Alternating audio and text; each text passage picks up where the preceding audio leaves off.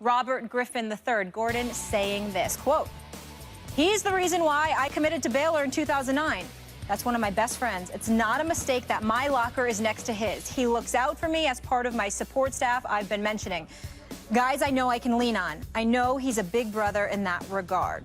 Meanwhile, Browns' new head coach Hugh Jackson is not into the waiting game. Jackson said he plans to announce a starting quarterback between RG3 and Josh McCown before the team's first preseason game, which I love, so we know the deal. Stephen A., so how good can the Browns be with Gordon and RG3 potentially? Pretty much close to what they were last year, which is not very good. I think that Hugh Jackson is going to do an exceptional job. I think that the foundation between him, with Sashi Brown, with Deepa Dester, even though those weren't quintessential football guys, I think the elements that they're bringing to the table is something that can't be ignored. They're definitely going to be moving in the right direction. When I say that I think it's more of the same, I'm talking about in terms of results, Max. I'm talking about in terms of a win-loss record. Do I think they'll go 3-13? Perhaps not. More like 5-11, something along those lines. That is what I see. And I think that's being very, very generous, because when you look at RG3, there's a lot to be proven. As far as I'm concerned, he hasn't really been playing ball in 2 years. And so when you look at it from that perspective, along with the hit psychologically that he took, I think Hugh Jackson is the perfect complement to him. I think that's a plus. But at the same time, I don't know, because of the absence of weapons the Cleveland Browns have. They're not the same team right now. Some of the parts that you would like them to have, Josh Gordon is going to have to be that dude. We know that he's a stud. I think he's a Hall of Fame talent. But let's face reality here. He's got some issues. And don't tell me that when you are the Cleveland Browns and you are a team that loses Dante Whitner, Dwayne Bowe, Carlos Dansby, and all of these other guys, you've subtracted a lot of veterans from your locker room. By doing so, that puts more pressure on RG3, who has his own stuff to live up to, let alone trying to elevate himself to being that quintessential leader that you can feed off of, because he galvanizes and inspires the troops. Then we get to the issue of Josh Gordon, which is the reason we're asking this question to begin with, because without Josh Gordon, we wouldn't even be thinking about them. We'd be saying they're going to stink up the joint, they're going to be sorry, and that is that. But with Josh Gordon and the potential that he has and the chemistry that he had with RG3 in college, I can understand. But that was a long time ago. And, yeah, it's good that he's not hanging with Johnny Manziel right now, because Johnny Manziel, RG3 is clearly a significant upgrade from an individual, from a maturity perspective, than Johnny Manziel is. But this is the National Football League. This is the NFL, and this is a man's game. And the fact is that before he could think about ingratiating himself with his former collegiate teammate, the bottom line is simple. You got to ball, and you got to stay clean. And I think that's a lot to put on the shoulders of RG3 when it comes to Josh Gordon. I don't expect much. I know they can play, but I don't expect much. I'm thinking 5-11, Cleveland Browns with Josh Gordon. I am praying completing the season once he comes back from his suspension, as opposed to getting himself in trouble again. Look, if you're playing the odds, probably right. You know, you're not going to be a 500 team. I think they'll be better than last year if you're playing the odds. But the question is, because you can't say this about every team, if everything goes right for them, for example, the Miami Heat last year, you say if everything went right for them, they could be in the conference finals, and who knows who gets out of the conference. Everything has to go right. Right. You say, well, you could say that about any team. No, you can't. There are lots of teams about which you can't say, you know, you can say everything goes right, still they're not going to do anything. Some teams, if everything goes right. Now, why does this apply to the Browns? First of all, let's start with Gordon. The change has to come from within. It can't just be external pressure. Hey, you need to change, you need to change, you need to change. He has to initiate it. He needs to seek help. Now, he's hanging out with Johnny Manziel. That's a bad look, etc. But he goes to the team and says, I need a change. That's a very good sign. Even him hanging out with Johnny Manziel at a certain point, you say, and then Josh Gordon comes out and says, you know, I hang out with Manziel, but I want to be close to RG3. This is the guy. I see the way these two, Manziel's not a quarterback anymore, but guys go about their work, and I can be friends with this guy, which actually endears Josh Gordon to me. It means he doesn't forget his friends just because they're struggling, as the rest of us are kind of perceiving that as, boy, you're around a bad influence. Yeah. In his mind, he's trying to be a good influence on Manziel. I commend that. But he looks at RG3 and says, but he's had success in the NFL. I want to be close to him. So I like that. I like those indications that it's an internal change, at least that's being sought by Josh Gordon. Now, the question is, what can the team do? Stephen A. I start with the offensive line. The offensive line is the only part of the NFL, of the game of football, that affects every single other part of the game, right? Okay. If you have a great offensive line, it turns mediocre running backs into good running backs. It turns receivers into better receivers. It keeps their defense on the field. It makes their defense worse. It makes their secondary worse. It makes your quarterback better. So look at that offensive line, anchored by Joe Thomas, who may be the best offensive lineman in the game. I mean, he's in the conversation. 31 years old means really he's still in his prime. Sometimes like left tackles hit their prime around 31. All right. Pro Football Focus has them as the 5th in their offensive line rankings, 5. So how does that apply to Gordon, to Josh Gordon, and RG3 specifically?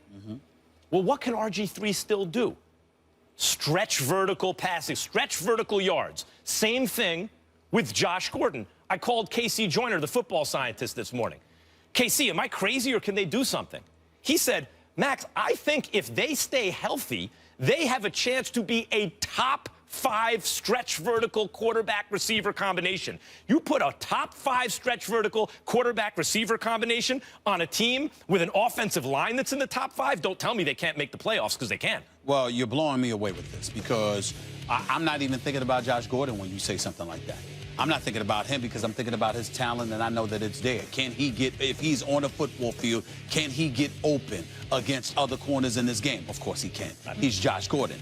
But I do think you're bloviating a bit excessively about RG3.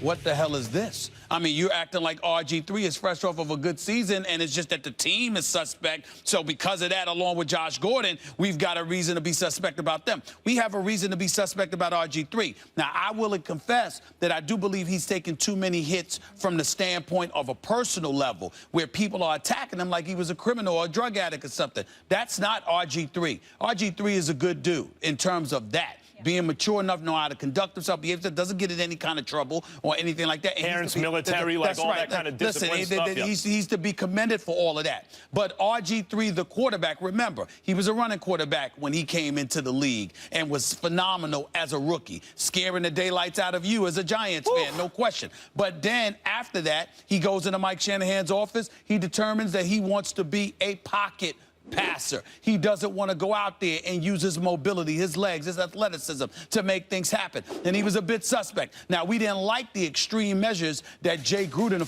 the coach of the Washington Redskins, his former coach, went through in terms of dissecting RG3, talking about what he's doing wrong, 3-step, drop, 5-step drop, reading through his progressions. And that's the excessiveness in terms of the details with which he highlighted the deficiencies of RG3 was downright insulting, not because he was inaccurate, but because we hadn't seen a coach so publicly deride his quarterback the way that Jay Gruden had done at that particular moment in time. Having said all of that, Jay Gruden didn't appear to be wrong. The things that he was saying about RG3 appeared to be at least somewhat accurate. And so when you take that into consideration, I'm saying you go to Cleveland, and I said this, Max, before they acquired him and when they acquired him. Here's my thing about Cleveland. City's great. Fans are fantastic. All of that stuff is true. That cold weather coming off of Lake Erie, bro. My man, let me tell you, you call me whatever you want. Let me tell you something right now.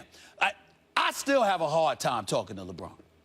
I still have a hard time saying anything to him other than hi and bye, because he left South Beach for this, for Cleveland. That weather. Listen, you could say it's different, but that wind and that cold coming off of Lake Erie, right, and the football field, at least the Q, the Quickens Loans Arena, is downtown. I mean, Lake Erie is right on the stadium is right on the water. I mean, it's coming fresh off you. I'm just saying. Sometimes that's a good thing. Listen, I'm saying to you, not for RG3, the quarterback. Listen, sometimes I see these warm weather teams like the Chargers. I'm like, you know, come playoff time, they're at a disadvantage. They don't have to deal with the elements. And that kind of like lack of adaptation to the elements maybe sometimes hurts them when they do have to adapt. I feel you on that for most. But I'm saying for an unproven pocket passer, I want to talk about RG3, that's my concern. Go ahead. I want to talk about that. You're right. RG3 scared the hell out of me when he was a rookie. In fact, as a Giants fan, I didn't think very much of Washington as a team, but he was the most feared player for me as a Giants fan watching those games. I didn't fear any player in the NFL as much, forget about more, as I feared RG3 as a rookie. He was completely unstoppable. Now, he's not that same guy anymore. Injuries, lost half a step, and it's gotten into his head, and maybe you're right, maybe he went too far in the other direction and wants to be something that, you know, he doesn't use all his weapons, or he's somehow caught in between, whatever it is psychologically with him. The question with RG3, it's not like a guy, their previous, you know, would-be hero, Johnny Manziel, where we'd never seen him do it on an NFL level. We just didn't know if it was there. We suspected it might be, but we didn't know. RG3 has already done it on an NFL level like very few have ever done it out the gate. I mean, he was already an excellent NFL quarterback as a rookie. Can I interject? So it's in there somewhere. Let me interject before I let you go on to tell you why I disagree with that point. I believe that RG3, the rookie, is entirely different than the RG3 who's gone 5-15 over a 2-year period as a starter before being benched last year. I think you combine that with them sitting him on the bench, not even allowing him to wear a uniform, okay, because they didn't want to put themselves in a position where he could get hurt and they'd have to pay him and all of this other stuff. That RG3 you're talking about is 3 years ago. The RG3 that has existed in the NFL since is an entirely different individual. Go ahead. Agreed. No question. And that's why I'm saying the odds are they're not going to be 500. I think they'll be better than last year. I think you think that too. But they have a chance to be good. They have a chance to compete for the playoffs. And you bring up, Mike, you bring up the fact that as a rookie he's good. It has been several years already. He's not the same. Okay, that's valid. But now he has a second chance. And he's already at an age, given the water under the bridge, where RG3 might be looking at this second chance thinking, if I don't ball right now, I just become one of these retread guys. He's not there yet. There was a little competition for his services. Not enough, not a lot. They bought low, but at least the thought is still, look, maybe a change of scenery. This is it for him in terms of not being thought of as just a pure reclamation project, retread in the NFL. And physically, how much different is he? He's not as fast, but he's faster than most. He's still got a hell of an arm. He can still throw it down the field, especially down the field with some accuracy given the distance on the throws. He's got a slide. Josh Gordon. Josh Gordon, who was Odell Beckham before there was an Odell Beckham in terms of his impact on the league. We're talking about a Browns organization allergic to prosperity, even though we believe that they are heading in the right direction because I like what they have there, Sashi Brown, DePodesta, and they of course run block pretty well, too. They run block pretty well because, again, that's true, because with Duke Johnson, Isaiah Crowell before, you know, the bottom line is they were running the football. Duke Johnson is still there. We'll see how effective they're going to be. But here's the thing. Max Kellerman, and I'll say this in deference to Dr. Phil, Dr. Max, it's lovely hearing you philosophize about RG3. It's really nice. Here's the question. You brought up everything but one important thing. Who are you playing against? I'm sorry, that would be the Pittsburgh Steelers, that would be the Baltimore Ravens, that would be the Cincinnati Bengals. I'm talking about superior teams. You also forgot to mention the fact that Josh Gordon, they're all getting healthier. Josh Gordon isn't coming back until Game 5, am I right? Am I saying that? So that's four. So this is a team. Oh, let me get this straight. This is a team that usually loses anyway. And now this dude is going to be gone for the first 4 games? So let's say in those first 4 games, and what do you think is going to happen to RG3 in those first 4 games? You're expecting 1 and 3-ish. I think they're going to protect him pretty well.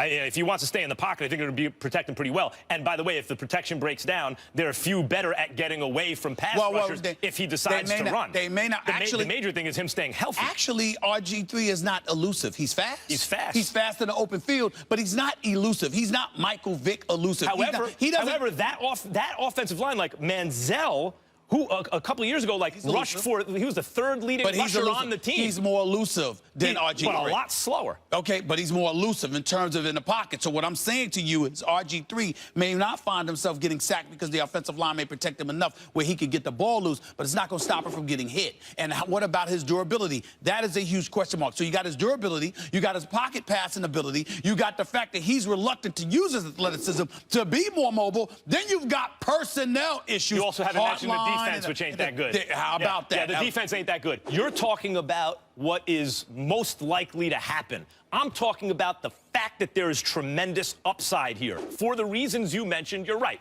You know, if someone said push come to shove, are they going to win 8 games? I would say no. But if you're asking, could they win 8 games or 9 games, push for a wild card? Hell maybe? no. Yes, hell they could. no. That is in the entirely possible. AFC North, It's impossible.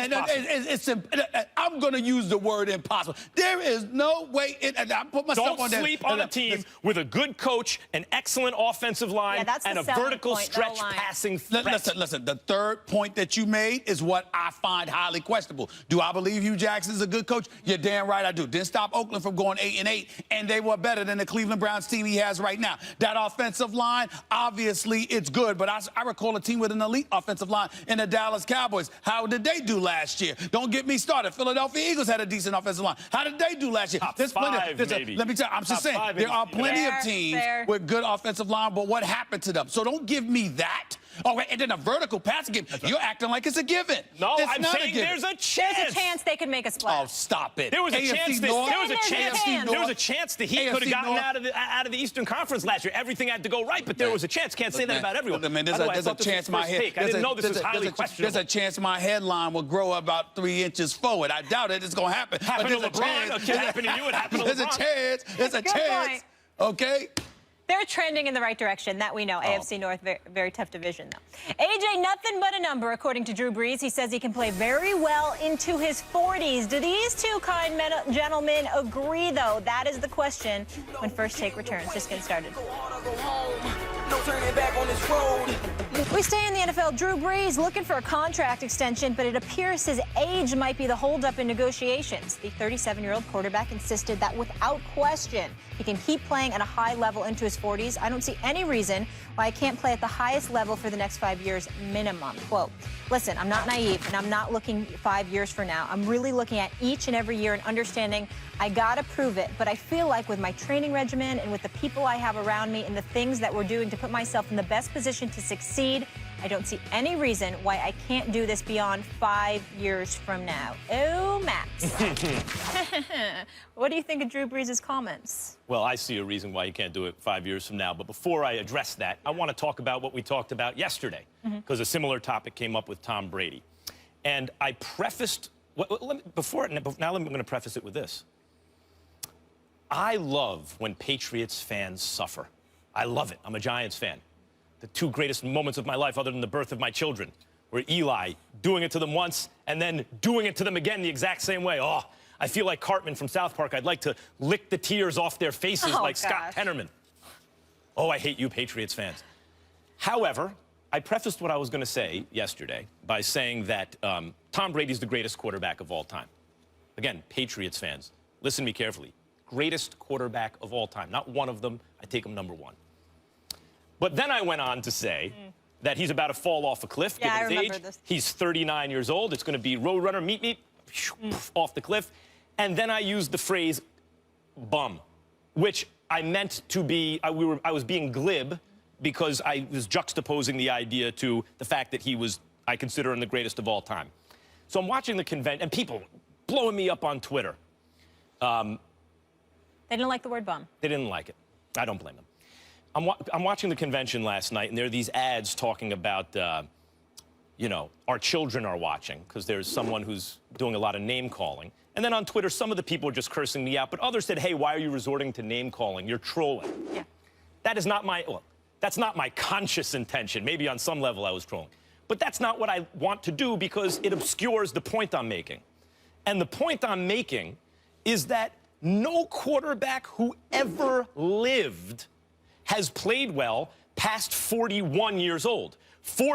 Age 40 is their last effectively elite season of anyone. Brett Favre, you know, Peyton Manning, anyone you want to talk about, they don't have a age 41 season that you would call elite anymore. And most of them really aren't effective NFL play. Almost none of them are ever effective NFL quarterbacks anymore on a starting level. Almost none, ever, never. Now, how does this apply to Drew Brees? What is Drew Brees really doing here, Stephen A? He wants to get paid.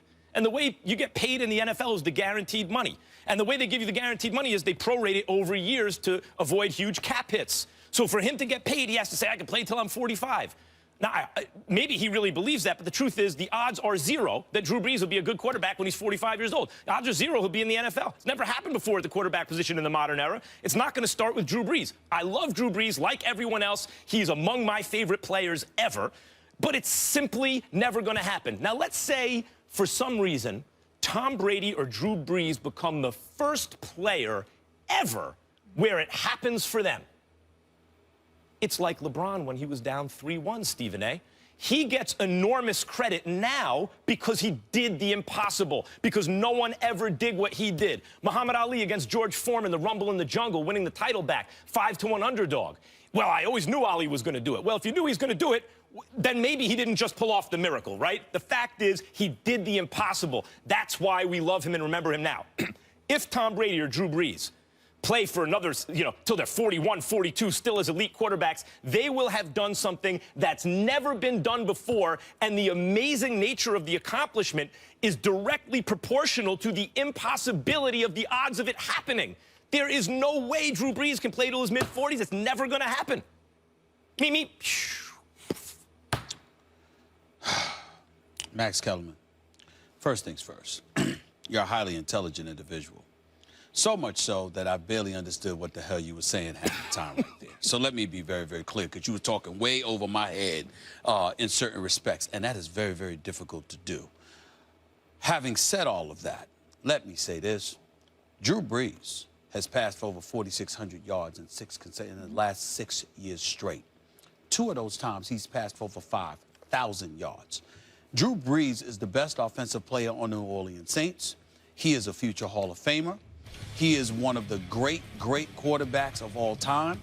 And if he isn't able to go another 5 years, I think what Drew Brees is saying is it ain't because of him. You might not get an offensive line that protects him. You might not get receivers that can catch the ball. He might have to sit up there and dance in the pocket too much where he's getting hit. Drew Brees has never had the strongest arm, but he's had a good enough arm.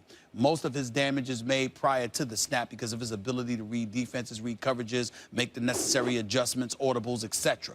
This is what he does. He's a brainiac. He's incredibly cerebral at his job. When you consider what he is able to do, what he has been able to do in the past, and then you think about what they have right now, the kind of weapons that he has available to him now, and Cooks and Fleener's now there, and what have you. And you take into account the fact that the Saints' defense is probably going to stink again. We hope that they're not going to be dead last or down in near the bottom like they were last season. But the only pass rusher they have is Cameron Jordan. There's nobody else worth noting. So taking all of those things into consideration, I think you look at Drew Brees, and if it's not that you're wrong in terms of what's conventional. Of course, most guys can't do it up to age 40, let alone past 40. I'm saying to you, most guys ain't Drew Brees. Just like I told you yesterday, most guys ain't Tom Brady. But Stephen A., I'm not saying most guys. I'm saying no one in the history of football has ever. Okay. If Tom Brady does it, he'll be the first, and then Drew Brees is going to be the second. And I'm saying that. Look, the 4-minute mile, no one did, and then they did, and they broke it again. But that's what's going to have to happen. But I'm not saying to you that they're normal. I'm saying they're the exception. And I'm saying that I think both of them will do it. I concern myself more with Drew Brees than Tom Brady because the Saints stink. And I think they need to get better. And I think they need to do an exceptional job of protecting him so he can inflict his damage. But with Tom Brady, I have no doubt. I have no doubt that Tom Brady is going to produce into his 40s because he is protected by Bill Belichick and the system that is the New England Patriots. I don't think Drew Brees can say the same. I think Drew Brees essentially is carrying the Sean Payton and the New Orleans Saints. I think Tom Brady, even though he's great, is an extreme benefactor of the Bill Belichick and New England Patriots system.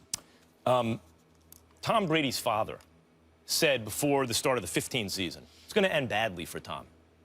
Tom Brady's father? Tom Brady's father. So? Because he says Tom's going to want to go out there till he's 70. They're going to have to rip the uniform off him. So there's going to come a time where he's not good anymore. So what we all know that. If you keep playing, eventually you're going to be a bad player. And that's for everyone who ever lived. So the question, the only real dispute we're having is when. Now, Tom Brady has a better shot than Drew Brees simply because he's closer to that point. He's 39. Drew Brees, it's harder to forecast over more seasons. He's only 37. He could have a lot of wear and tear in the next 3 NFL seasons, let alone 7 NFL seasons. This is why I said I'm more confident about Tom Brady. But I also think it's important that you recognize, first of all, let me say something to you about Tom Brady and other great ones. And you know this. You should almost be ashamed for trying to make this argument. When you are great, yeah, you might have a moment where you stink up the joint. But usually you sit up there and say, I just can't do this anymore. Like, for example, Tim Duncan really struggled last year. But in that Game 6 closeout game where they lost to Oklahoma City, who was on the floor for San Antonio? It wasn't LaMarcus Aldridge. It was Tim Duncan. And who was balling? It was Tim Duncan. Okay, Kobe, like you said, because of injuries and beyond, he stunk up the joint. Last game, dropped 60 on Utah. All I'm saying to you is this. Tom Brady may end up being exposed as not being what he once was at some point, and it'll be time to let it go. And I know you didn't want to use the word that you used. Fair enough. Even though if it were me, and that's what I said, damn it, that's what I said. But we're two different cats. The children are watching. I feel you. Children are watching, Stephen A. Damn it, it's sport. Look. I get it. You want to be above name calling. Yes. I feel you on that. I prefer to be factual. Yep. When I sit there and say something similar about Jay Cutler, I mean it. It's the truth. Period. Now back to the point. My point to you is this. When I look at what Tom Brady is, he is the kind of guy, to me, that will sit up there and say, hey, it's over. I can't do this anymore. He Not won't according regress. to his father. According to his... Now, the only argument we're really having is when. Yeah. Everyone knows if you keep playing, you're eventually going to be bad. So the question is when. And this is the argument I heard for Jeter, Kobe, Peyton, and now Tom Brady. No.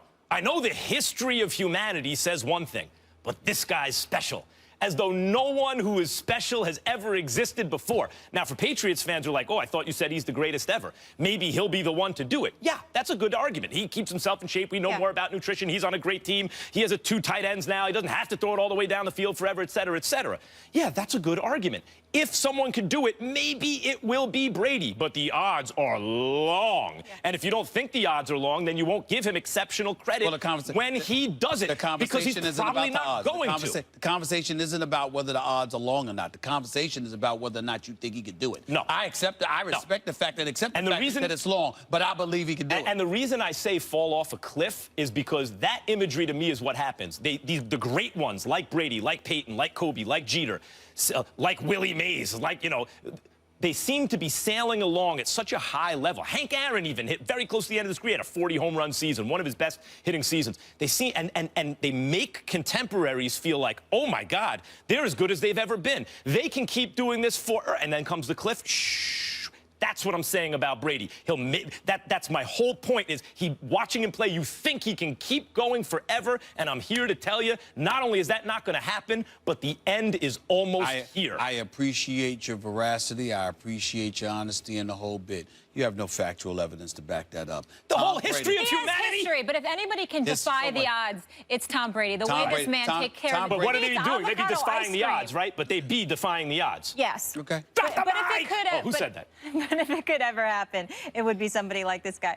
You guys ready to move on? Yes. Be good. So who is the most hated NFL player of all time, you ask? Now pay very close attention to the criteria for this list. Sporting News came out with a list of the 40 most hated players of all time. However, one major caveat, Aaron Hernandez, Ray Caruth, O.J. Simpson, and Ray Rice were left off for obvious reasons. Instead, the focus was narrowed to players who were hated while they were on the field. Michael Vick takes the top spot, followed by Terrell Owens. You can marinate on that list there for a second. So with that being said, what's the biggest issue for you guys on this list? Stephen A., do you want to start? Let Max go? Okay. Well, first of all, you understand, given the criteria, why Vic is 1. Otherwise, you'd be like, wait, where's Aaron Hernandez, right? But yeah, of course. So you see Vic is 1. T.O. is 2. What is the issue that people have with T.O.? One of the greatest receivers of all time. And then the question was, okay, but how does he handle the big moment? And this was a time, don't forget, where Brett Favre was throwing interceptions in the playoffs, and he was loved. The media was waxing poetic about how selfless he was, even as he was taking his team's chances at that point in his career. But look, he suits up he takes every snap and he's on the field. And look at him, no matter what injuries. No. Don't stop. Don't do that. Don't forget this about Brett Favre. Oh, look at how he jumps into the arms of his offensive lineman. Oh, look at how he hugs his guy. I mean, it's just so wonderful. I mean, he looks like a little kid out there. He's drawing up plays in the dirt. You know. Remember when Cam did that last year? Yeah, a little different. Well, I'm going to get to Cam in a second. T.O. has a bad leg. He's bad wheel. Playing on one leg. Says, I'm going to play in the Super Bowl. And some of the media focus was that he was being selfish for risking his team's chances while playing hurt just because he wanted to be on the field. What are people? And then in the Super Bowl, he is the best player on the field on either team. Yeah, I can understand why you hate that guy more than anyone who ever played other than Michael Vick. And then Cam Newton. He's a little lower down on the list, but Cam Newton appears on the list. I get it. He's famous. Part of this is just hating on famous and good players who don't play for your own team. And hating on his dabbing. No question. Let me just get this straight. I don't like it. I love it, what I'm saying. I don't understand why people hate it, my point. Let me just get this straight. All Cam Newton does is win football games and hand the ball to little kids in the stands. Yep. And then celebrates when he does something good. Yeah, I could really understand why you don't like Cam Newton. Here's your problem. I have to stop you from talking right there because you literally dropped your mic. Yeah. I literally dropped the mic. So, literally dropped your mic. Let me get to my list and then we'll come back That's the TV and sports god sending us a message. No, there we go. that's just being a true pro. No, that's all right. We're helping you out here. Here's the deal. Drop the mic. Are y'all ready for this? Yeah. That's what happens. Sit down for this one, right? All right. There's 40 people on this list.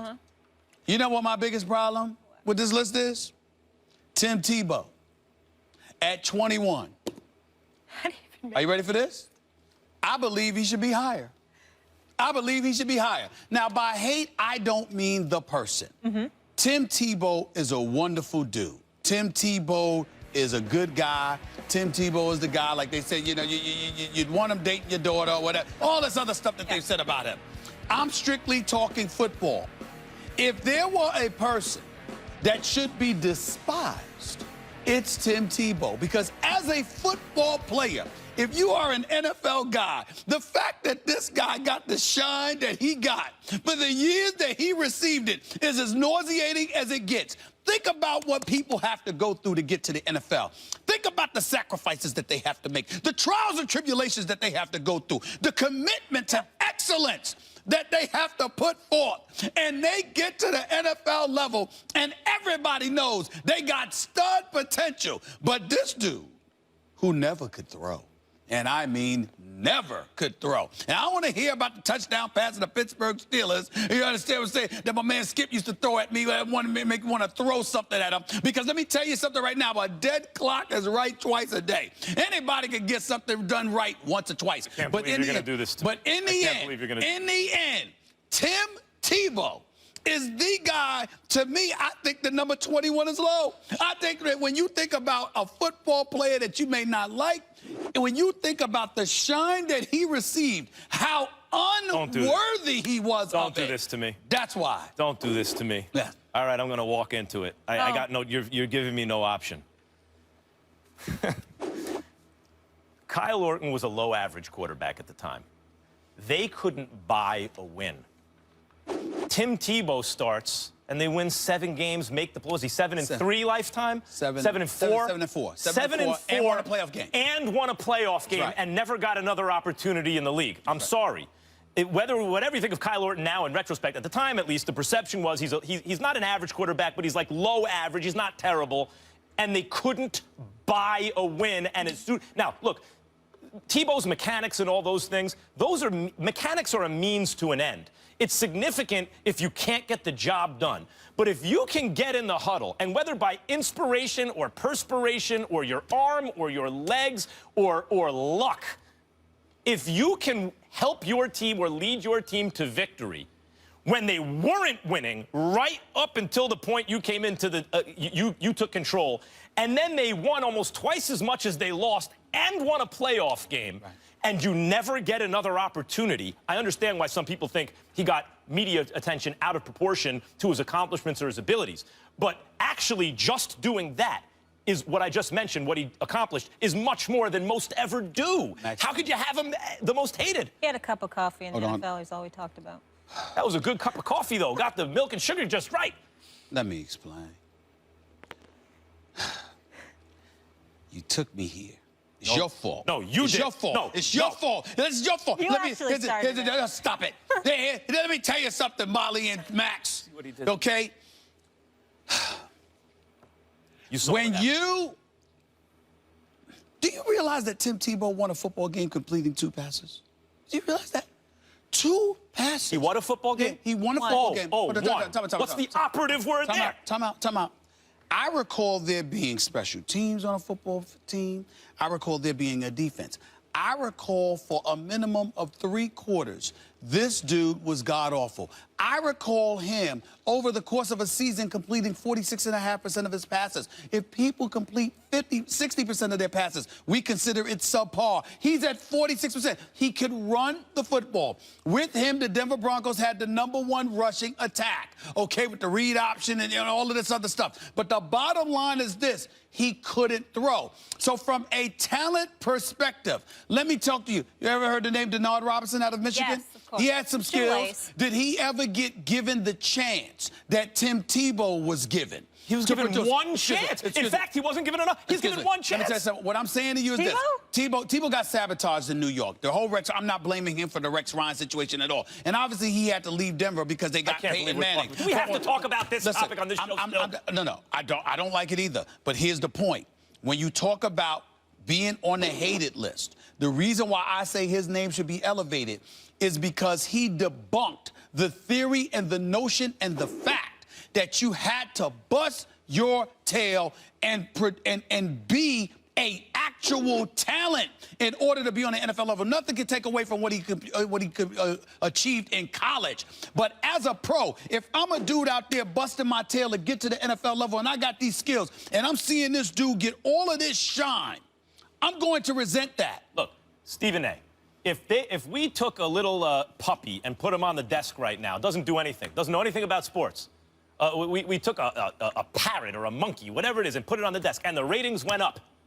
Would we ask whether the mascot deserved Hell shine? yes. No. Hell if the yes. ratings went up, we put him on. No. It's no, results-based. Time. If you start a guy, and look, you said, well, there were special teams on the field. There was defense on the field. Yeah, but ratings didn't help a football team win. The point, no. The point is, they were on the field with Kyle Orton, too. But they couldn't win until they were inspired, or Tebow's legs, or maybe he even got a little lucky or otherwise. I'm almost allergic. When Mark Bulger took over for Kurt Warner, that was due to injury, don't forget. Right. Was Mark Bulger as good as Kurt Warner? No. But they went 8-0 to start that season, and Kurt Warner never started for the Rams again. But Mark Bulger actually played quarterback, and he actually could throw the football. He wasn't a running back playing the quarterback position. Stephen A., Number one, I'm not claiming he can throw the football. That's right. I'm saying he won with them, and he never got another shot. I'm saying to you, we're talking about why I believe he should have been elevated on the hate list, because it's a level of resentment that you have for somebody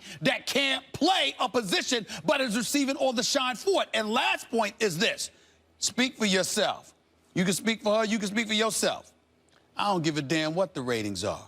Ain't no monkey or parrot or anybody else gonna be on this show, and I'm gonna sit here every day. I'll be damned. Yes. So that would be my position. I would not accept that. Let's talk to the producers. I just want to get a little puppy, put him right here, and watch what I do, and see what happens. Watch what I do. If the ratings go up, you show up the next day. I might take it home. I might take it home with me, but it ain't gonna sit up here with me for the show.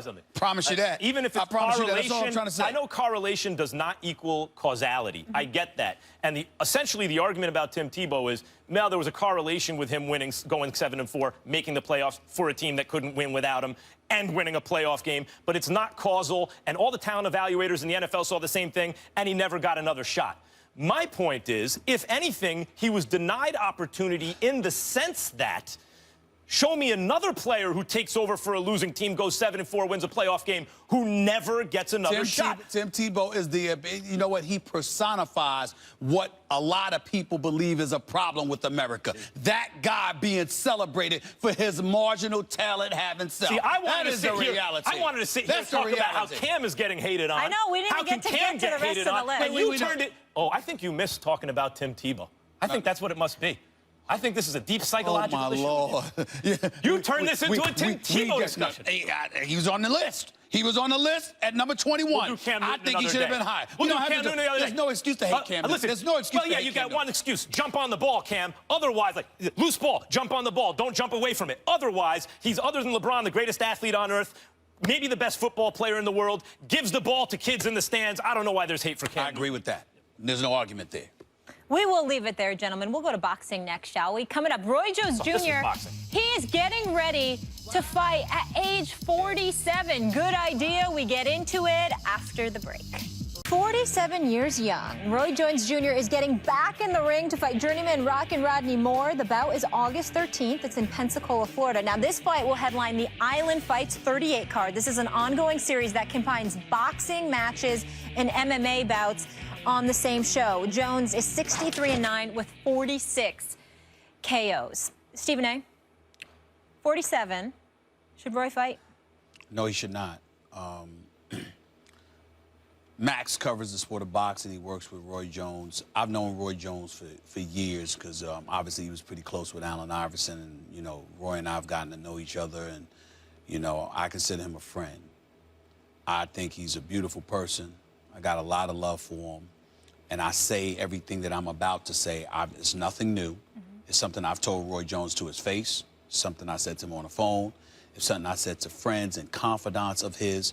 I've wanted Roy Jones to retire since he got knocked out by Lebedev back in 2011, if I remember correctly. I think it was May 21st, 2011. He got knocked out in Russia.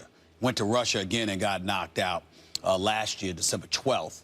And I was screaming again, they don't need to allow him to fight anymore. I do believe that some of the shots that he's taken, he's never, even though the Tarver stoppage, that can happen to anybody, Max. You know this better than me. The knockout to Glenn Johnson was when he fell and he hit the back of his head and he was shaking on the canvas. I mean, that was some scary stuff that I saw happen to him. I think that was in Memphis years ago. He continues to fight. He's fighting no-names. He's fighting, you know, cruiserweights and guys like that. And even though he's won some of them against these no-names, when he's been knocked out viciously. Macaronelli, I believe. I mean, he fell face first. Face first. You know, I'm looking at this stuff, and I just don't want to see this.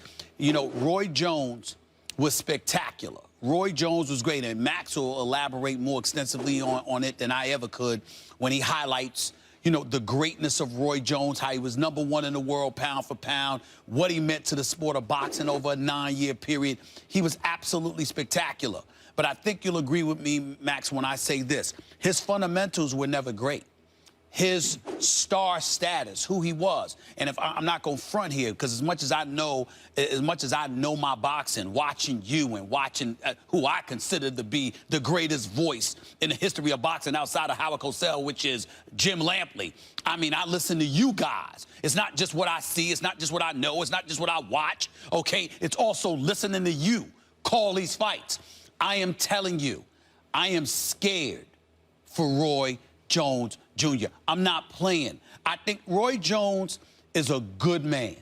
And remember when his friend McClellan with Nigel Benn and got, he obviously was up there, Gerald McClellan. You know, when he got hurt, Roy was up on Capitol Hill, you know, testifying before Congress, like, look, we need to do something for the sport of boxing. We need to do something for these fighters. I'm getting scared that one of these days, something akin to this is going to happen to Roy, and I desperately, desperately don't want it. And Max, I'm on the record. I have begged publicly and I have begged privately for him to retire, not to fight anymore, and I've even called for them not to allow him to fight anymore. But Roy's hard-headed, man, which you know. Two things. One, as a friend of his, I don't want to see him get hurt. I don't want to see him lose and take these shots. But let me tell, and you know, we are colleagues and everything. Yeah. And actually, the first fight I ever worked with him, he was ringside, and I was at the host position. I was the analyst, and Bob Costas was the host. And Bob asked me about Roy, who had just, if memory serves, lost to Antonio Tarver. This is a guy who never lost a round to anyone. All of a sudden, he was knocked out. And then also, you're right, Glenn Johnson, going back about 10 years. Understand, Roy was a guy who never lost a moment of a fight, and all of a sudden he's being dominated and stopped by a guy who these guys couldn't touch him in his prime. Right. So I used some phrasing, the way I said Tom Brady fall off a cliff, and I used another word that made everyone mad. I was also a little careless with what I said and said that he was damaged goods at the time.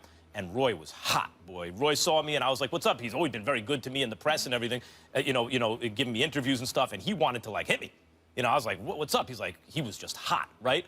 What I explained to him subsequently, I apologize for the way it came out, but I don't like what's happening to his legacy. Let's table the man and the dangers of boxing for a second. I want people to understand this. Kids, you know Floyd Mayweather. He's been the best pound for pound for a long, unbroken time, right? In boxing. And then he put distance between himself and everyone else. He's like this, and everyone else is below him. Floyd was in his prime when Roy was in Roy's prime for years and years and years. Not a single person on earth ever even wondered, is Floyd as good as Roy? You understand how good Roy Jones was? It's like when Jordan was in his prime and Shaq was coming up, and no one ever asked, is Shaq as good as Jordan? Then the day Jordan retires, Shaq puts that same distance between him and everyone else. That's who Jordan was. That's who Roy was. He put distance between him and Floyd, like Floyd puts more distance even than Floyd puts between him and everyone else. Roy was the best I'd ever seen in person with my own eyes. They couldn't touch him. With knockout power. Just go look at old clips of Roy. I'm not talking about from 10 years ago. I'm talking about from 15 years ago. This is how good Roy was. Remember when Mike Tyson knocked out Michael Spinks? Yeah. Kids, this is the distant past. Everyone thought Mike Tyson, they wouldn't say it out loud, but he's going to be the greatest fighter ever. He's going to be better than Ali. He's going to be better than Sugar Ray Robinson. He's going to be the greatest ever. That's what people were thinking, and the old-timers wouldn't say it, but everyone was thinking it. If I told you on that night that there is an amateur junior middleweight who is never going to come close to really losing a fight, should won a gold medal, got ripped off, win titles at middleweight, super middleweight, jump up to light heavyweight, jump up to heavyweight, against John Ruiz, beat a top 5 heavyweight, and one day open 2-1 to beat Mike Tyson, you would say that's not possible. You're describing the best fighter ever. That's how we perceived Roy Jones the night he beat John Ruiz. This guy may challenge Sugar Ray Robinson for the #1 pound-for-pound spot of all time. The fact that kids nowadays see Roy Jones even competing, let alone losing, to these fighters, I hope people understand, none of these guys could last a round or two with Roy in his prime. So there's the man that I'm worried for, my friend, who I understand, I respect him. By the way, if you have Roy Jones as a friend, you have a friend. He is loyal. Roy would give you the shirt off his back. He never looks for publicity for it. I've had people come up to me and say things like, he paid for their kids' school and stuff. You know, like, he's an amazing guy. I forgot the guy's name, but you'll remember this. Some guy, this is not an exaggeration, Molly. Some guy fought him. And you know how they say, Roy Jones, from Pensacola, Florida. This guy was from Rahway State Prison. That's what they announced him as, okay? He comes out, muscles everywhere. He races across the ring to swing on Roy. And by the end of the first round, he had got dropped at least once, I think twice. You understand? And Roy could have hurt him more, but Roy was like trying to be nice to him. And then in the second round, after dropping him again, then he has the guy hurt, and Roy steps away and looks at the ref. Come on, man. Stop this. And the ref like, keep going. Roy like, whop. This is what... He's special. So there's the man, nice. There's the man and my friend who I'm concerned for. Roy, we love you. I love you, brother. You know that. But then there's also the boxing fan in me who wants people to understand what this man was at his best. I do not want people thinking about this fighter. I want people remembering the guy he was in his prime, because you will never see something like that again. We got to go. Roy Jones Jr. was every bit as marvelous as Max just described. People barely remember that now. We don't even see his fights. Even when he got knocked out, I saw it on YouTube. I didn't even know he had a fight. That's how much he's fallen, and I'm just so scared for him, Molly, because like Max said, you can't find a nicer guy. You can't find a nice guy. It's not just And you nice, want it him to goes be deep. healthy He's a good man. Loyal to his friends. He's a good takes man. Cares about people. He's a good man. And by the way, a brilliant commentator. Like, I can't tell you how much I've learned about boxing sitting next to Roy Jones on the undercard to fight, calling fights. So really the combination of legacy and safety, of course, is why you guys don't want to see him back in the ring.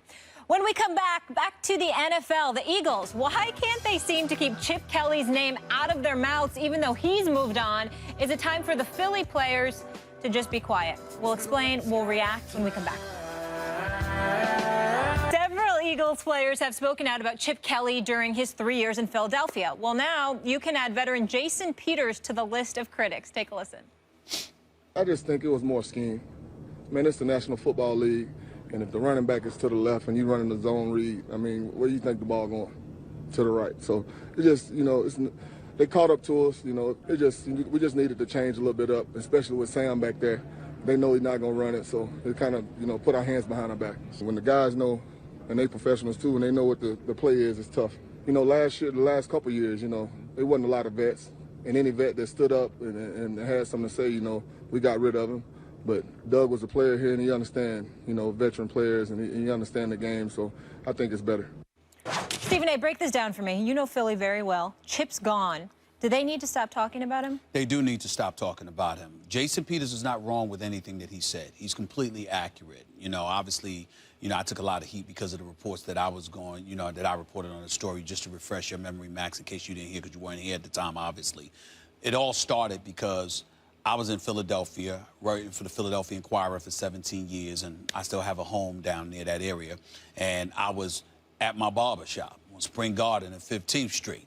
And while I was going to my car after getting a haircut, three members of the team pulled me over and stopped me, gave me all the details about Chip Kelly, what was going on, the extent to which he would go through to do some of the things that he did that they felt very invasive, unconventional, and a bit excessive. And it went from there. And they basically said, he's got some issues. He's got some issues with us, etc. And everything took off from there. I say all of that to give you the background to say that I'm qualified to say what I'm about to say. I am not in any way challenging what Jason Peters said or what anybody has to say about Chip Kelly. Their criticism of him is accurate. He was arrogant. He was excessive. He thought he knew it all. He didn't want to listen to anybody. He adopted a bunker mentality to the point where he even alienated himself from half the staff. There were a couple of individuals that were on Chip Kelly's staff and would go and talk. They would go around to other officials, former or present officials in the league, where you were seeking counsel, Max, and advice about what to do. And they would say, they literally would ask these people that work for Chip Kelly, what do you do? We work for Chip Kelly. They didn't even have a title. They would just say, we work for Chip Kelly. So they were guys that, you had people getting paid. You didn't know their job description. You didn't know what they did for a living. Yeah. All types of stuff. Guys coming home and Chip Kelly and them asking them, what did you do the night before? Like, I went home. I went to bed. Really? Because this person just came to your house at 11 o'clock. So you sure you went to bed? I'm just telling you what they told me. Look, I'm just telling you what they told me. I wasn't there. I don't know. I wasn't a fly on the wall. I'm telling you what they told me. So with all of that being said, whatever they say about Chip Kelly, I'm going to believe it because I've seen enough from Chip Kelly to believe it. The flip side is this. There comes a point in time. It's time to shut the hell up. And I'm not saying that directed at Jason Peters, who I respect. I'm not talking about, I don't even know him, but I just respect him, his game, and a lot of those guys in that locker room.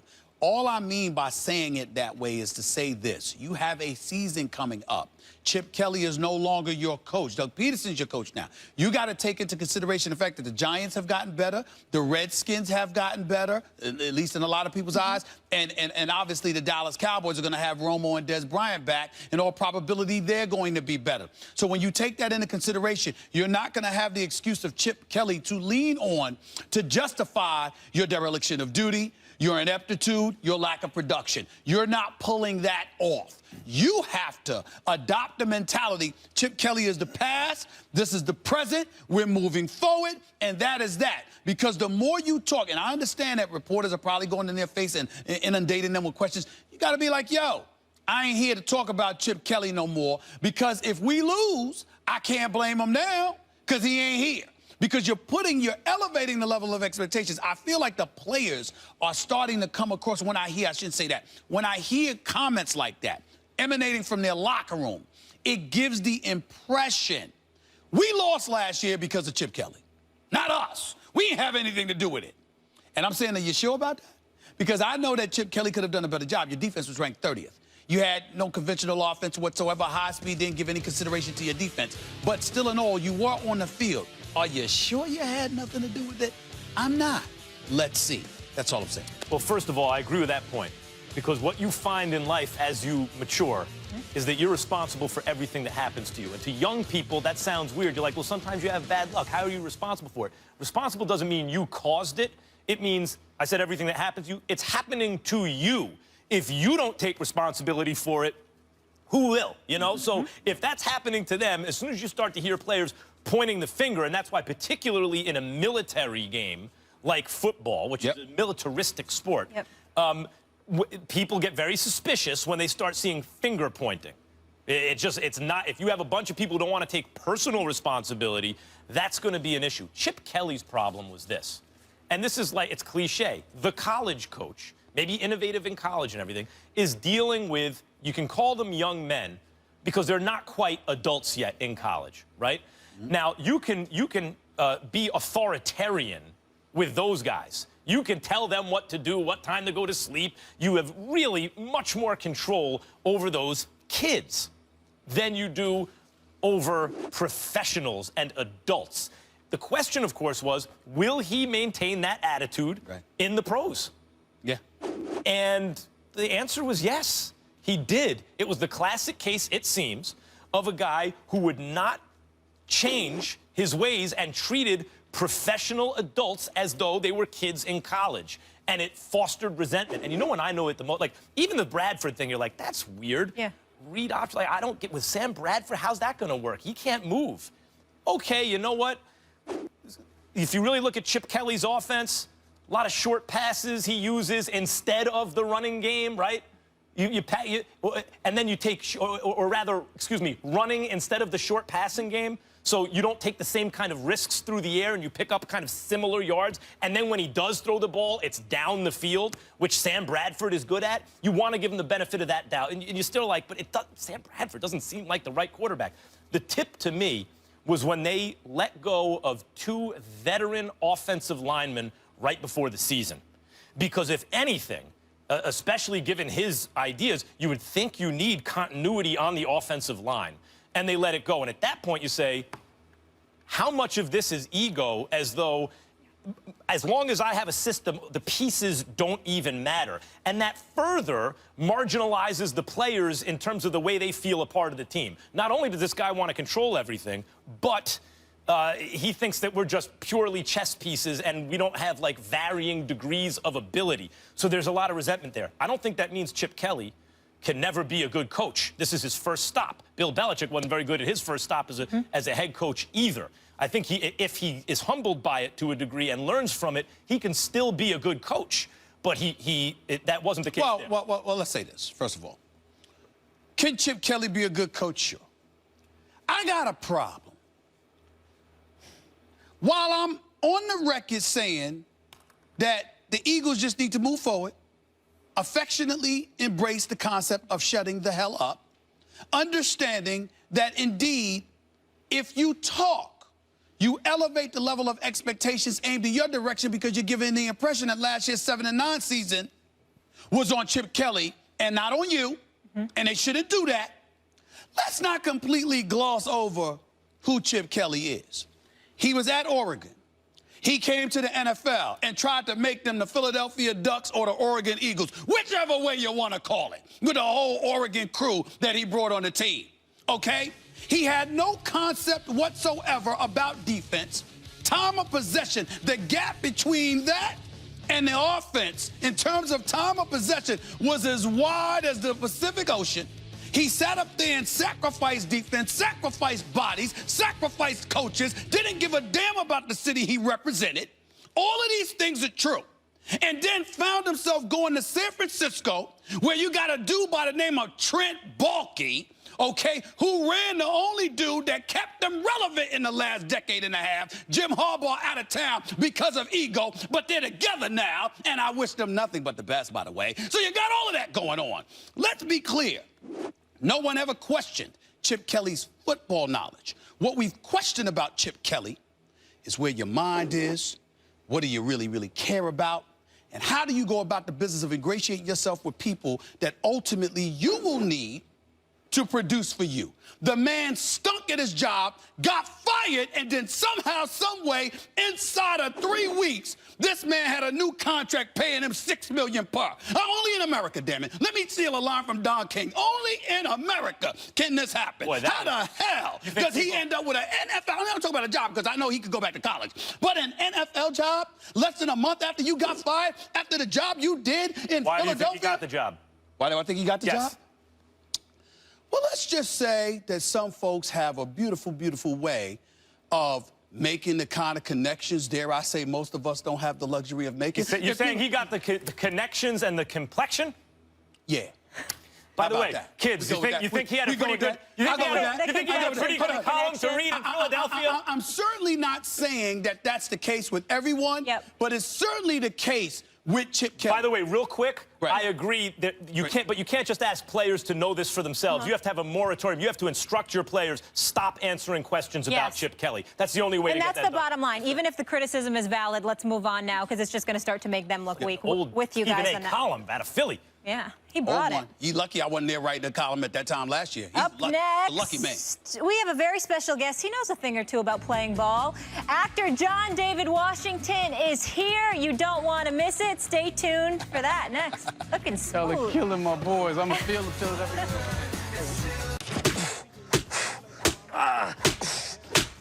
Okay, all right, that's it. You done. I didn't know flogging was a training method. Built like a brick house. There's no way that hurts you. Ass pack, yeah. It works. Preps you for the pain. You should look into taking up paddleboarding or something. What's Seifert say? Well, he claims his hands are tied. Things seem really up over there. Tell me about it. I can't even get a call about OTAs. My deal's already set. Lack of gratitude speaks volumes about a man.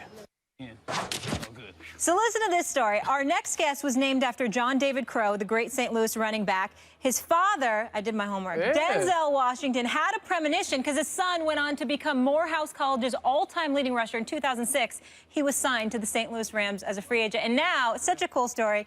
He plays a football player on the hit show HBO Ballers, John David Washington in the house. Thank you so much. See you, man. Thank you for being here. You do a fantastic job on that show in that role. It seems like we just saw a clip, obviously. Great cast. You guys have a lot of fun. What is the best part of being on Ballers?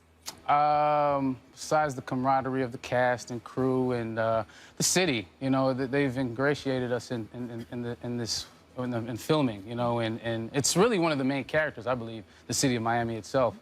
And they're very supportive, and it's been a lot of fun filming all over the place in Miami. Good city. It looks like a lot of fun. It's good times. Looks like a lot of fun. Good times. Yeah. Good, clean family fun. Yeah. You know? Restaurants, actually, museums. it comes across on the screen. Like, you're right, it's a character. You want to be watching the show, even if it's just for weather porn, you know, like whatever it is. You want to be watching the show. So you're working out with the ride. You know, you're in his kind of area, in his vicinity, and this dude is jacked up and in shape, and you're going to be doing stuff, you know, from time to time that shows off your physique. Does that put extra pressure on you to make sure that you know, are jacked up like The Rock? Nah, not at all. Actually, it's way more fun training to look like I can play ball instead of when I was actually playing ball, being a trainer for television. So, no, it's no extra pressure. I don't have to lift as heavy. I can do higher reps, you know, lower weight, and it's a lot of fun getting ready physically for this character. Talk to me about the show itself. I mean, you know, I've watched it. Obviously, you're doing a fantastic job. I'm a fan of Dwayne Johnson because I was a wrestler fan. I used to watch him as The Rock a lot and all of that stuff. You know, and he's I love Brick him. on General Hospital. That's Yeah. right. So he's got some acting skills.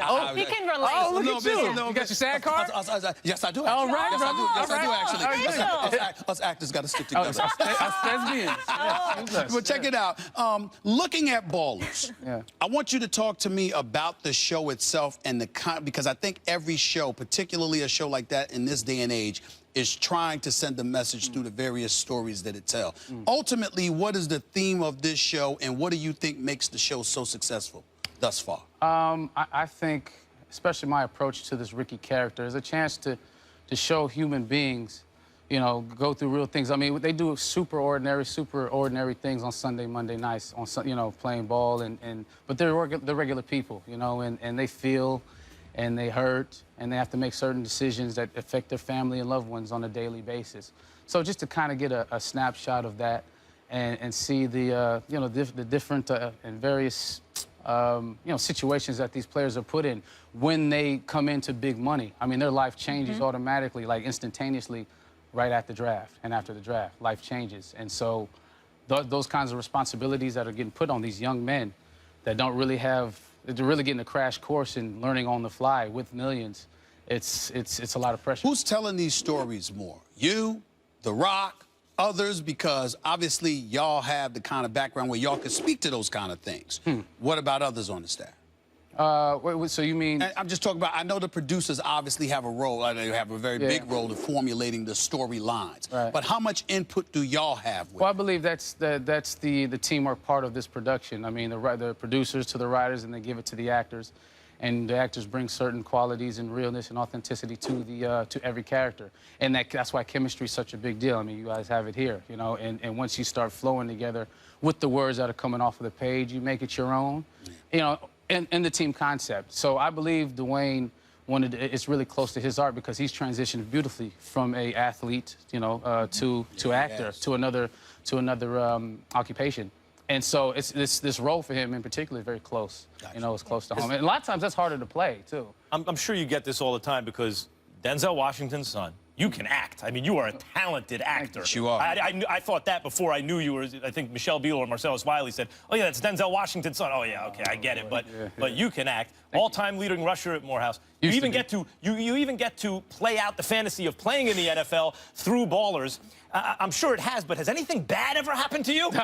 Well, I mean, listen. Girls all like you. I hear that all the time. I mean, I sabotage many relationships through the paranoia of trust issues or whatnot. But no, I'm very blessed. I'm a lucky individual to have two functional, active parents in my life and big time supporters of me. Ever get a paper cut? I mean, listen, I've broken clavicle, concussions, you know. Yeah, a girl ever break up with you? Yeah, sure. All right. I feel a little bit better. No. Can we move on? And it's a lie. I got you. Acting, football, which one was your passion?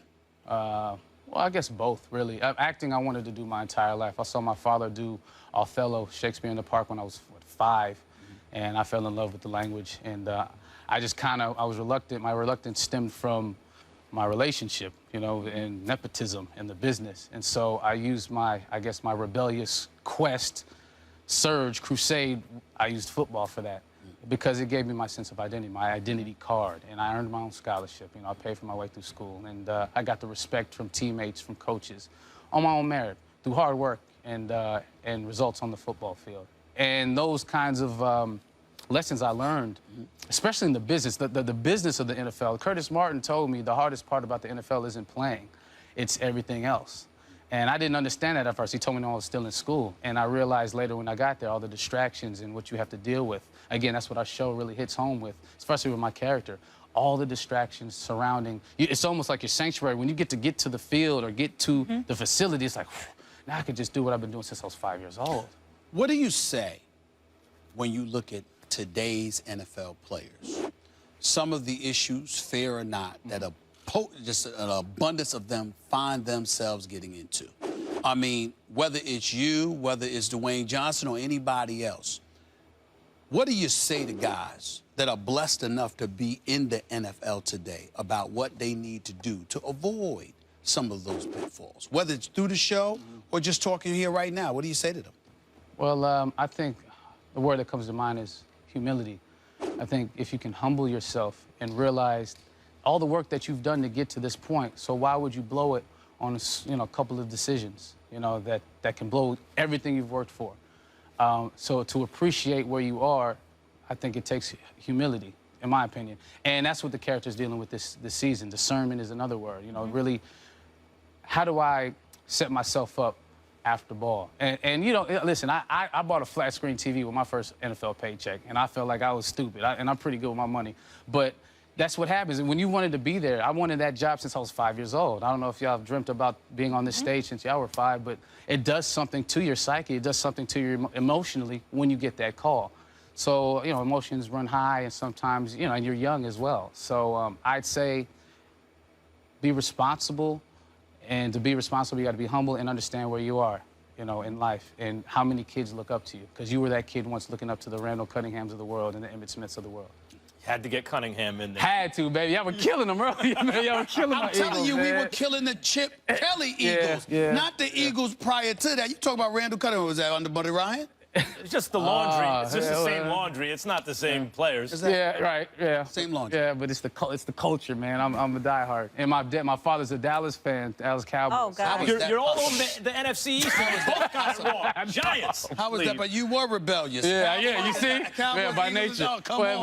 when I saw Randall take off, man, with them strides, I was like, I want to be that. Yeah. I got to do it. And I stopped growing, so I couldn't. Well, I got love for your dad, but damn, I didn't know he was a Dallas Yeah, Cowboy. you didn't know that? I did not know that. I have to change my thinking about him right now. Dallas Cowboys. Now listen, nobody's perfect. Oh, wow. You know. John something to David, say thank about you that. so much for being here with Congrats, us. And bro. discernment and humility, that's powerful. And we'll also be seeing you on the big screen coming up pretty soon, too. We can't wait for that. you. Thank you so Thank much you. for the I'll see you. time. We appreciate you. Tavis Bryant will be working this fall after all. The Steelers receiver, who's banned for 2016, as you know, due to multiple offenses of the NFL drug policy, will spend the year training in Henderson, Nevada, and he's going to volunteer coach the wide receivers on a local high school football team. This according to his agent. Stephen A., do you like, love, or hate Bryant coaching high school football? I hate it.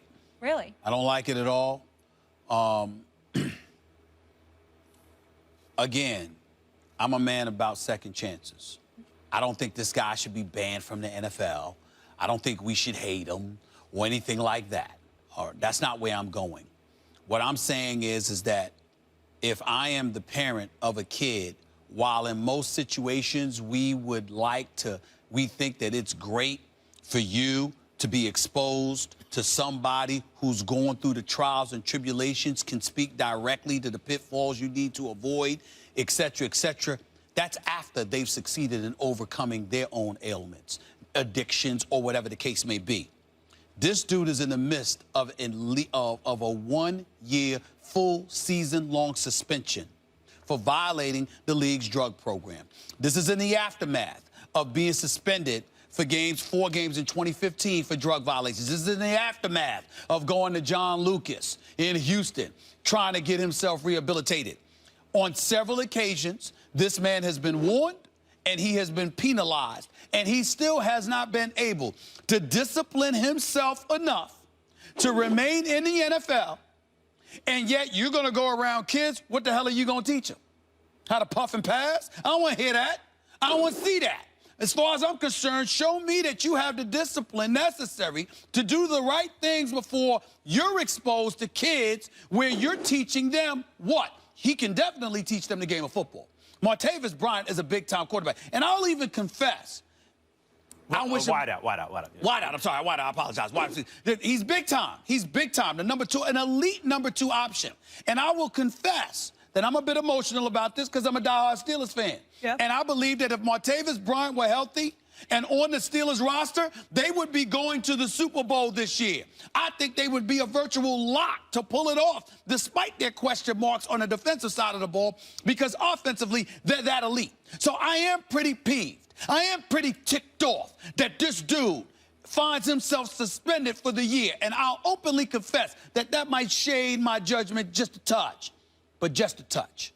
Principally speaking, I have no problem with him being around the kids. I have a problem with the timing. You haven't proven that you're worthy enough to be around kids, teaching them how to act.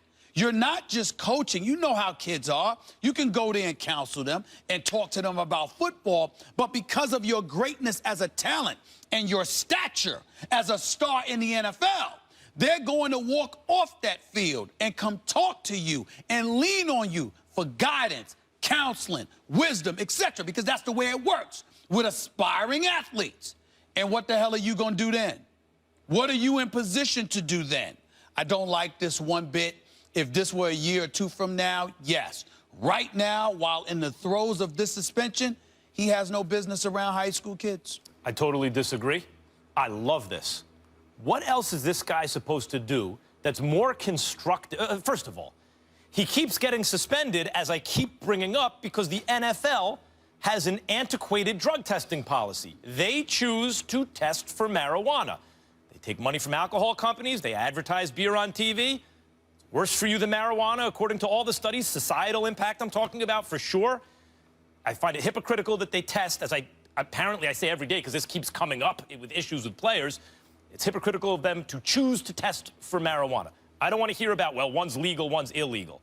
The fact that prohibition remained against marijuana when it ended against alcohol was an outrageous political fact of the time. I don't want to get into it right now. Anyway, the guy's suspended for a year. You know what he knows how to do better than anything else? Play football. You know what he's going to do with his time? Teach kids to play football. I mean, like, look, Snoop has a past. Snoop famously would not pass an NFL drug test. And Snoop is involved with youth football at various points in his life. And if my kid, as long as they're not driving a car or something, if my kid was a little football player and Snoop wanted to show him some stuff, I'd be fine with that. I don't see why Martavis Bryant's different.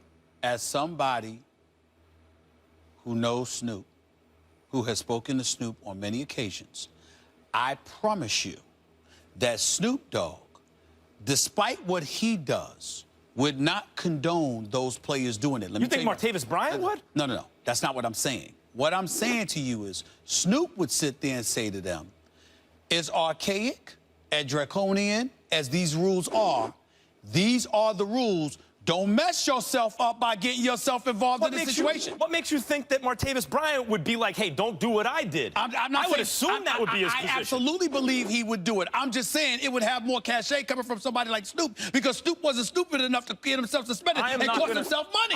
That's the point. I am not going to be mad at a guy who wants to spend his time. I'm not mad at him. Who wants to spend his time. I'm saying the high school. Doing what he knows best. No, I don't blame him. Helping high school kids. Martavis Bryant is doing the right thing for himself. I'm saying if I'm that high school, I wouldn't want him doing it. I'm saying if I'm them, not him, he's not doing anything wrong. I'm the principal of the high school. Come on, Martavis. I got a top-flight NFL talent coaching my kids. Hell no. I don't think Hell no. Hey, Martavis, will you tell him to stay off drugs? Yes? Okay, come on. This subject. All right, we're moving on. Coming up, should the reigning two-time MVP... Actually, I'm lying. That's not what we're doing next. More First Take after the break. Stay here. Why are you looking down? Who are you talking to when you're looking at the glass? Me? First Take is brought to you by Sherwin-Williams. Make the most of your color with the very best paint. Firestone. Whatever you drive, drive a Firestone. And Kingsford Charcoal. Gather round. In an interview with Charlie Rosen on today's FastBreak.com, Phil Jackson said today's players lack the skills to run the triangle offense effectively, saying, quote, today's players simply lack the skills to play the triangle. They know how to play one-on-one, catch and shoot, and they've mastered crossover dribbles, spins, playing off of screens, and step-back shots. They don't know how to execute things like inside reverse pivots and other basic footwork. They have no sense of timing or organization. They don't really know how to play 5-on-5 basketball. It's strictly generational. So now we all know Jeff Hornacek plans to run a version of the triangle this upcoming season. Oh, Stephen A., your reaction? My reaction is that Phil Jackson absolutely disgusts me. This New York Knicks squad under his regime is 49-115. I'm going to repeat that. 49-115. He disgusts me because he's not wrong, but he's disingenuous. If you just look at the quote on its face, he's talking about the players. He's not taking into account everything that comes with it. The age at which they enter play in the NBA. NBA coaches who are not necessarily teaching as much as they used to because they don't have the same level of security, so they're looking for the closest thing to finished products that they can find. College coaches, AAU coaches, everybody looking to get themselves in a position where they can cash in. No player knew. I remember when Phil Jackson took over Chicago, he had to nurture and help Michael Jordan along in terms of at least psychologically adopting a mindset, conducive to what Phil, with Tex Winters, the architect of the triangle, wanted to install and implement, okay? These are the kind of things that happen. It's why coaches exist. It's why assistant coaches exist. It's why a general manager exists who hires the coaches, and you're working in concert with one another to teach the players. So it's not about them not knowing.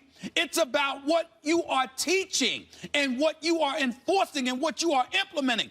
Phil Jackson, did it ever occur to Phil Jackson that maybe, just maybe, had you decided to coach bad hips and all, instead of having a person in Derek Fisher who never coached a day in his life come and coach the New York Knicks for the first season and a half, did it ever occur to you that they might have a better knowledge of the triangle at that particular moment in time? And then, by the way, Phil Jackson, Mr. 11 rings, no doubt. Michael Jordan and Scottie Pippen for 6 of them. Kobe and Shaq for the other, for 3 of them. For 3 of them. Yeah. And then Kobe Kobe with Pau Gasol and the crew for the other 2. So, again, we're talking about you having some of the greatest players in NBA history. But even them, you had to teach them what you wanted. And so I just think that, again, he's not factually wrong in terms of the players, but it's not like they can't play or it's their fault or they're ignorant or they lack intellect. It's that you play for coaches who implement systems that don't teach these kind of things. And I think it's incredibly disingenuous and disrespectful for the players to just throw a quote out there like that without, without elaborating on exactly what's transpired. Stephen A. and Knicks fans, kids, let Uncle Max do this for you. And Stephen A., I'm going to turn that frown upside down. Okay. This is my gift Good to you luck. going into the weekend. Molly, this is Yep. we're going to have a happy Stephen A. Smith after our first week of shows together. This is my gift to you, Stephen A. It's not that you're wrong about what you said, but that's not what's going on here. This is the good news, Knicks fans. Good news, Knicks fans. What Phil Jackson here is doing is admitting the triangle ain't going to work. Now, Popovich uses elements of the triangle, and when Phil was coaching Kobe and Pau, they went to a lot of pick and roll, right? There's no, like, one system that people just use religiously without consideration for their personnel and the way the game is played. The spread pick and roll and the increase in three-point shots and efficiency of three-point shots and analytics, et cetera, with the rules that exploits the rules changes in the NBA, zone, hand checking, all this stuff, has made the triangle antiquated if that's your primary basis of your offense. Now, if you're Phil Jackson, can you admit that? No, your ego is going to be far too wrapped up in it. It's too much of a sunk cost. So what you have to do to protect your own ego here, I don't think he's doing it intentionally, is saying, well, my system would work if they really stuck to it. The problem is, from a very young age, they haven't incorporated the right kind of skills in order to run it. This is his out, Stephen A., and we have to give it to him. You can't hold his feet to the fire. Oh, wait a minute, you're wrong. You said the triangle was work, and you're just wrong. We have to give him this out, because if you're a Knicks fan, the message you should be getting from this is, don't worry, it ain't going to be all about the triangle. Phil is capitulating. He's admitting it has to be something else. Let him do it. Who cares if it looks like some player on the team is kind of collateral damage in terms of reputation a little bit, or some generation of players? That's what the crusty old-timers always say. Let him move away from the triangle, exploit the resources on the team, and he has some now as well as possible, and let happy days come back to the Knicks. You are on the record saying that his ego plays a role in it because he's not willing to admit certain things. Yes. That shows that that's a huge problem, because his ego is the one that got him in trouble with it to begin with. Because if you think for 1 second that Phil Jackson just learned over the last few months that people can't play the triangle. Yes, he did. Like it. No, he did not learn it just over the last few months. He's been known this, okay? The fact of the matter... When Stephen A. says he's been known this, that means source? Wait a minute. Without question. Let me read between the lines. Without question. Not only that, back off. not only that, let's also remember something this.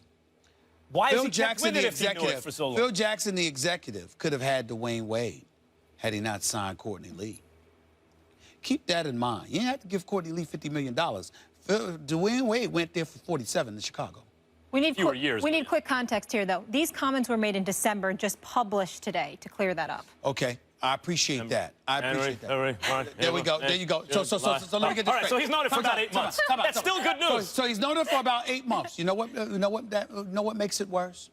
That same Phil Jackson is the guy that tried to sell New York on Kurt Rambis and implore Kurt Rambis to teach the triangle in the aftermath of what he now has reported. Kurt Rambis is interim. He brings in Hornacek, and Hornacek is a guy who looks, oh, I have 3 point guards. Fine, well, you know, Eric Bledsoe. Phil Jackson tried to keep Rambis. Whatever, but now he's got Hornacek who's willing to use whatever's on the team. That's what he did. I mean, you know, like, that's good news. You got a flexible, interesting coach.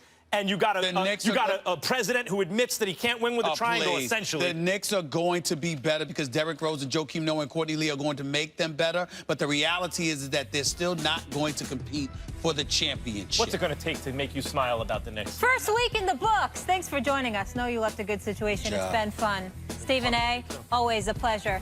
We'll see you all on Monday. Have a great weekend.